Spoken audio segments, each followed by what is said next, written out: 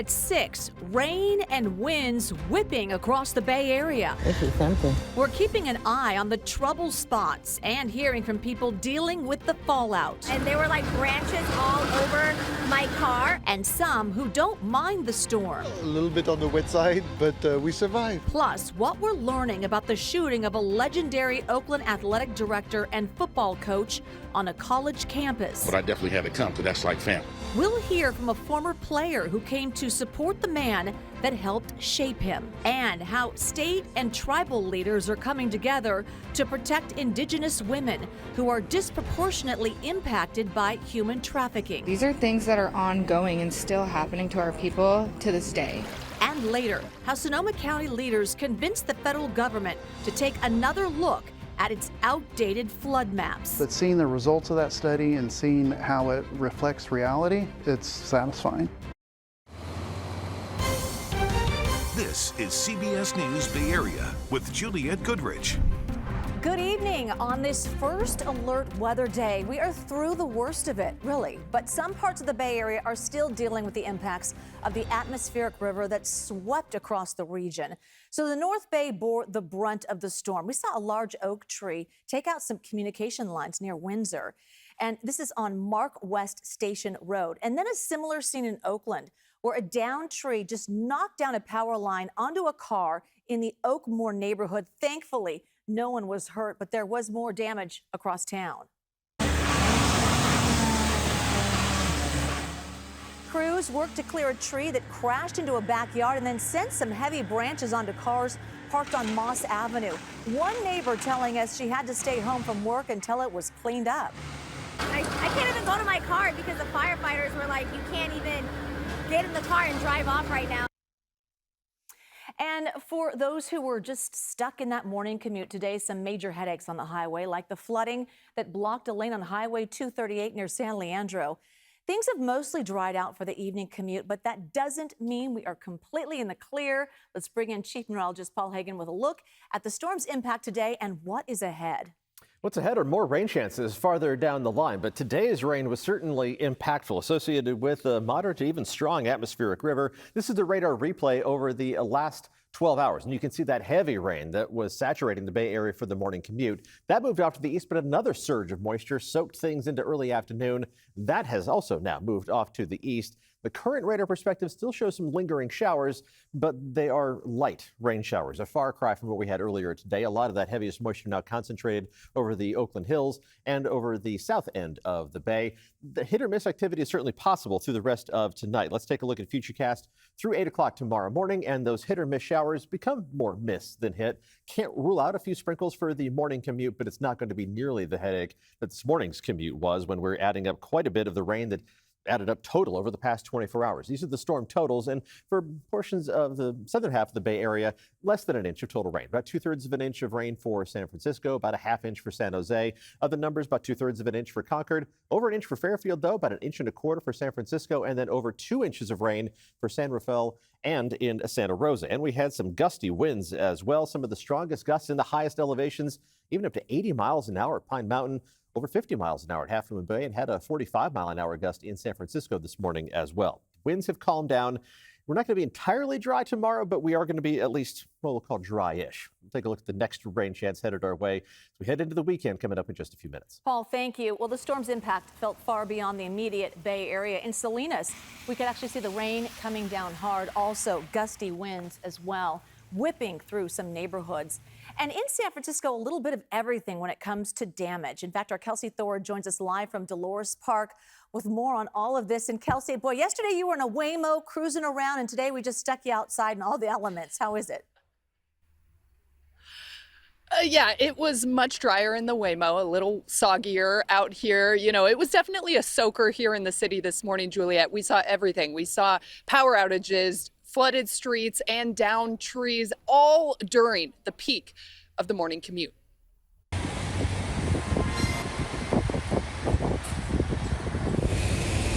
With the morning rain came the inevitable flooding along many streets across San Francisco. Clogged storm drains turned intersections into rivers until crews could arrive to clean them out. The moisture combined with some gusty winds caused a tree to come crashing down near the intersection of Steiner and McAllister in Alamo Square. Thankfully, no one was injured, but the tree did land on several parked cars and blocked the street for hours until crews could cut it all down. One woman walking by told us she lived just up the road. She didn't hear the tree come down and was surprised to see just how big it was. They said it was going to be bad, but you know, the wind from the disaster, I don't know if it would go all the way over here. This is something. Traffic was also a mess. A power outage along a portion of the Embarcadero caused headaches for both drivers and nearby businesses. When I went to work, the power was out in our building, so I couldn't do much. I had to rely on my hotspot. That's why I'm on my way back home now, just to continue working at home. To tourist delight, the outage did not impact Pier 39. That's wonderful. We met a group of women from the Midwest braving the elements to experience an iconic boat ride through the bay. They told us compared to where they're from, this weather is nothing. It was snowing at home when we left, so yeah, we're fine. So this is good weather. Yeah. This is not accumulating the same way. Several locals also took advantage of the sparse crowds. We met a dog walker who was not just braving the rain, but enjoying it with her pooch Pipa. It's awesome. I mean, I do like when it's raining, and also you can see like no one is here, so it's kind of fun actually. And I think she's enjoying more than me. So that is cool. I mean, I like it.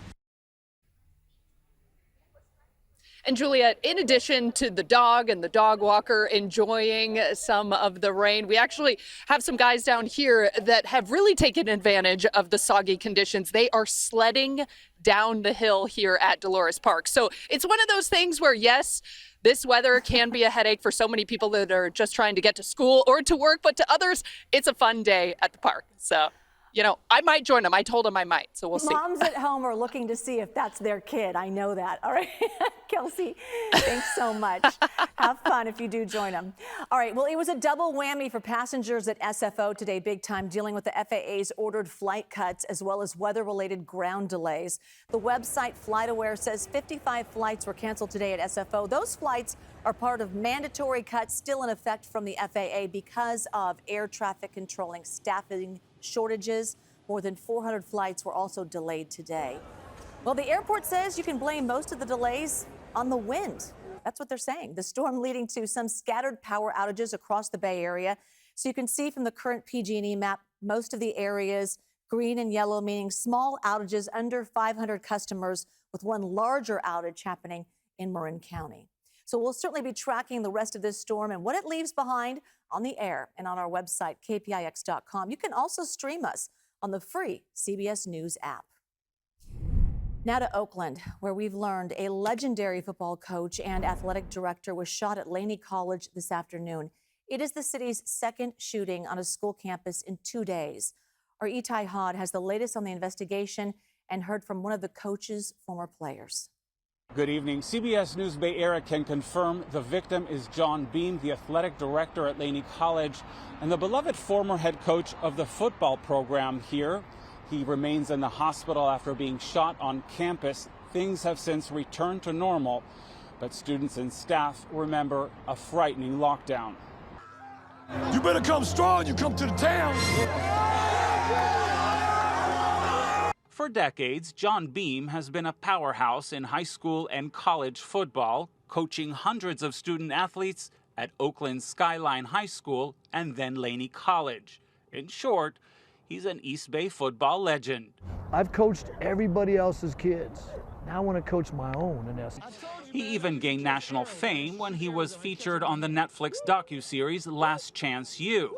Today, word that he was shot has sent shockwaves on the Laney campus. Right here's my class. Right Chris here. Perez was in class along with 10 other students when suddenly he was told to shelter in place and stay hidden. Yeah, everything was locked.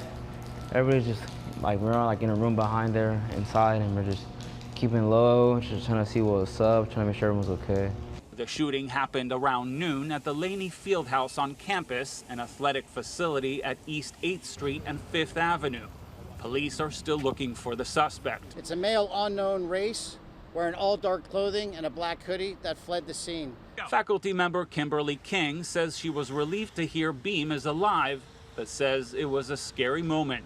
On the one hand, I never thought it would happen, but on the other hand, it's happening all over the country, so why wouldn't it happen here? We spoke with a former player who came to Highland Hospital to show his support for Coach Beam. He drove us hard. You know, he made you cry a couple of times, but at the same time, he really loved you. Beam retired as football coach in 2024 and now has been working as the school athletic director, continuing a legacy of inspiring the next generation of student athletes. Classes were canceled on Thursday, but school officials say the college will reopen on Friday. Back to you in the studio. Itai, thank you. Meanwhile, Oakland police have not released any details about what led up to the shooting or a motive. Now, this shooting comes just one day after a student was shot and injured at Skyline High School in the Oakland Hills. Happened yesterday afternoon. 2 teens were arrested. Today, Mayor Barbara Lee called the back-to-back violent incidents heartbreaking. Turning now to the South Bay, police in Morgan Hills say they shut down a dozen massage parlors that were involved in illegal sexual activity. An 18-month-long investigation found that 12 massage parlors had either advertised sexual services online, promoted selling sexual activity at their business, or were caught in the act by investigators. Authorities say many of these businesses sold the sexual acts during off hours, while some were performed during regular times, while legitimate massages were also being booked. So those businesses have since had their massage permits denied or revoked, and police say multiple arrests have been made on charges including pimping and soliciting prostitution. Meantime, the National Criminal Justice Training Center says 40% of sex trafficking victims are Indigenous people, even though they are only 2% of the U.S. population. Tribal groups joined with state leaders in Monterey today for a training conference to help law enforcement work with tribes. This is the first training in the state designed specifically for cases of murdered and missing Indigenous people. One of the main themes was rebuilding trust with police. Historically, Indigenous people do not have trust with the government or healthcare systems, just due to what we've been through and the historical properties of what we've been through. And it's not something that happened 100 or 200 years ago. These are things that are ongoing and still happening to our people to this day. We're still fighting for our rights, and we're still fighting for proper care. Speakers today said there are other hurdles to solving crimes, including finding interpreters, the rural location of many reservations, and the fact that many Indigenous people don't have their DNA in databases. Attorney General Rob Bonta says his office is committed to finding a solution. Our Indigenous people, tribal people have been victims of crime disproportionately, and those crimes have disproportionately not been solved, and there hasn't been justice, and that needs to change and cannot continue. And if you want to learn more about the dangers facing tribal women in California, you can watch Elizabeth Cook's special report, Unseen, a California Crisis, on the KPIX YouTube channel and KPIX.com. Still ahead here at 6, protecting homeowners from flood insurance pitfalls, how Sonoma County challenged FEMA to rewrite flood maps and what it means for neighborhoods. They ended up adopting their method based on 2 different methods. We didn't agree with it, so we commissioned our own flood insurance study. Plus, a behind-the-scenes look at the investigation into the Golden State Killer, the new book from the prosecutor who led this case.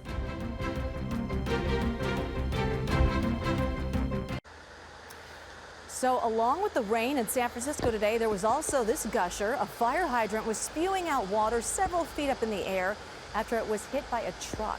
This was on Filbert and Union Streets. The SF Fire Department says the truck stayed at the scene while firefighters shut off the hydrant valve.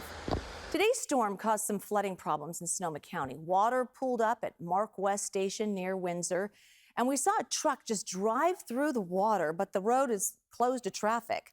So this comes as the county is in the final phase of getting updated flood maps approved that could actually impact insurance rates across the North Bay. So our Brad Hamilton looks at how the county challenged FEMA and what it could mean for homeowners.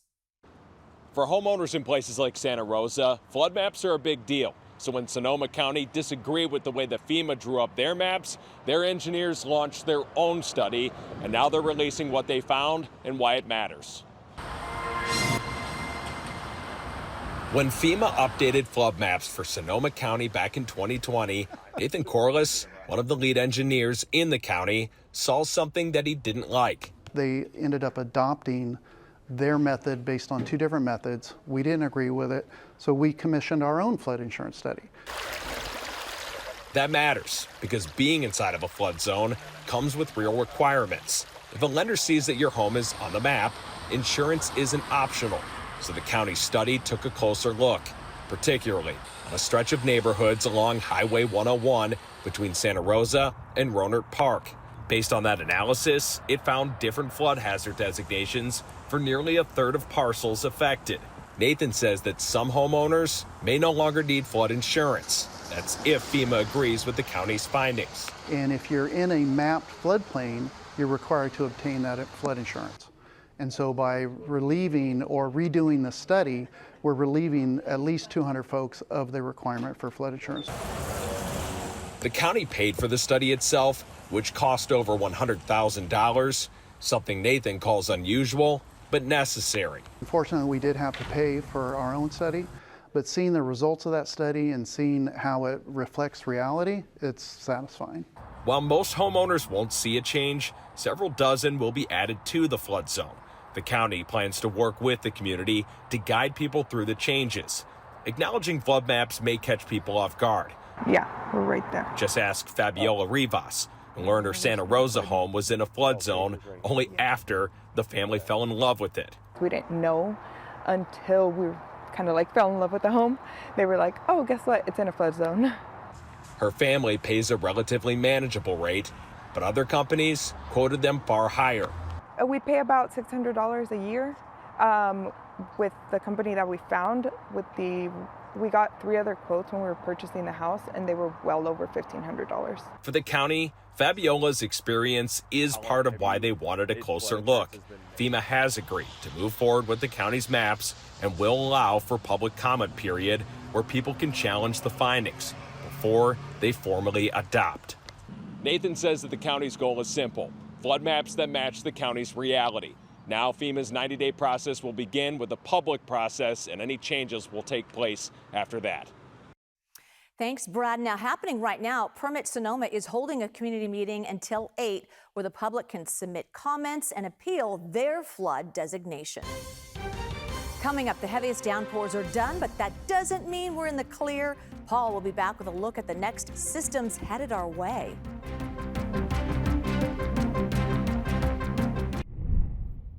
It was a bumpy morning commute on this first alert weather day as the latest atmospheric river brought heavy rain and gusty winds to the Bay Area. Now that atmospheric river is going to be aiming most of its moisture at Southern California. It's going to be doing that as we head through the next couple of days. And then another one is going to be lining up as we head into the back half of the weekend. That one's going to be significantly weaker.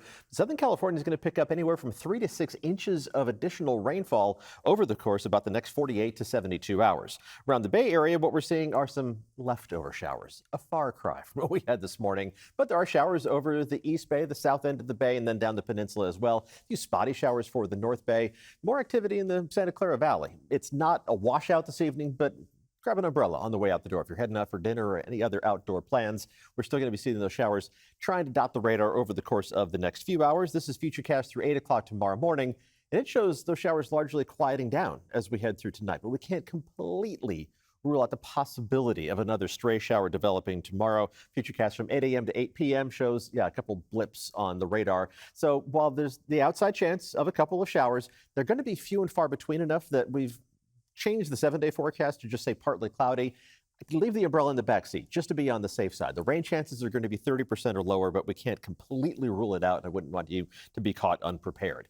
While we're in that little break from the most widespread rain, temperatures are going to return to basically what's normal for this time of year, which means low to mid 60s pretty much across the board. Temperatures in the Santa Clara Valley, some of the warmest on the map, but only by a degree or two. 66 degrees in San Jose will be the warm spot across the entire region. Mid 60s east of the Oakland Hills, low to mid 60s around the Bay, low 60s at the coast, and for the North Bay, mostly in the low 60s. Pretty much everybody around 63 or 64 degrees. Not going to be a whole lot of temperature change day by day over the course of the next several days. But dog walking weather for tomorrow is looking a lot better than it was today. Our adoptable dog from the East County Animal Shelter is a very happy-looking pup named Annie.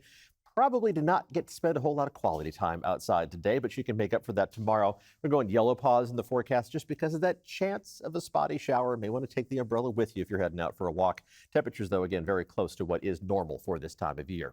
The rain chances don't avoid us for very long. That storm system over Southern California is going to send showers back into the Bay Area on Saturday, especially along and south of I-80. So North Bay, maybe go ahead with any outdoor plans, but have an indoor alternative just in case.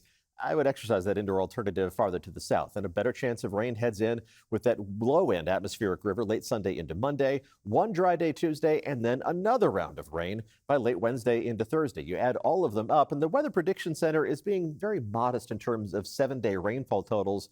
For most of the Bay Area, they're forecasting a half an inch to an inch of total rain, even with those several rounds of additional rainfall. But there are other forecast models that indicate 3 times this much rain. So we're going to keep an eye on that. And in the Sierra, the snow is going to be adding up with every subsequent wave of moisture. They're not getting much out of this first one, but they're going to pick up close to a foot of snow at lake level and up to 2 feet of snow at some of the higher elevations. Quick check of the 7-day forecast. We only have to show you one because everybody has the same temperatures and pretty much the same rain chances. Again, the Saturday showers are going to be concentrated along and south of I-80. Otherwise, kind of an unsettled look at the next 7 days. Tuesday, the one day that we are confident will stay dry. Easy for me to say. We'll take it. All right, Paul, thanks. When we come back, an inside look at what it took to put the Golden State Killer behind bars from the leading prosecutor on the case. We're getting a behind-the-scenes look into how investigators tracked down one of California's most notorious criminals, the Golden State Killer. Sacramento DA Tin Ho served as the lead prosecutor in this case. In the 2020 trial, that led to Joseph D'Angelo admitting to murders and sexual assaults across the state, including in the Bay Area. Ho unveiled a new book at the downtown Sacramento Library. The crowd included some survivors. He also spoke about the importance of documenting the decades of work it took to crack this case.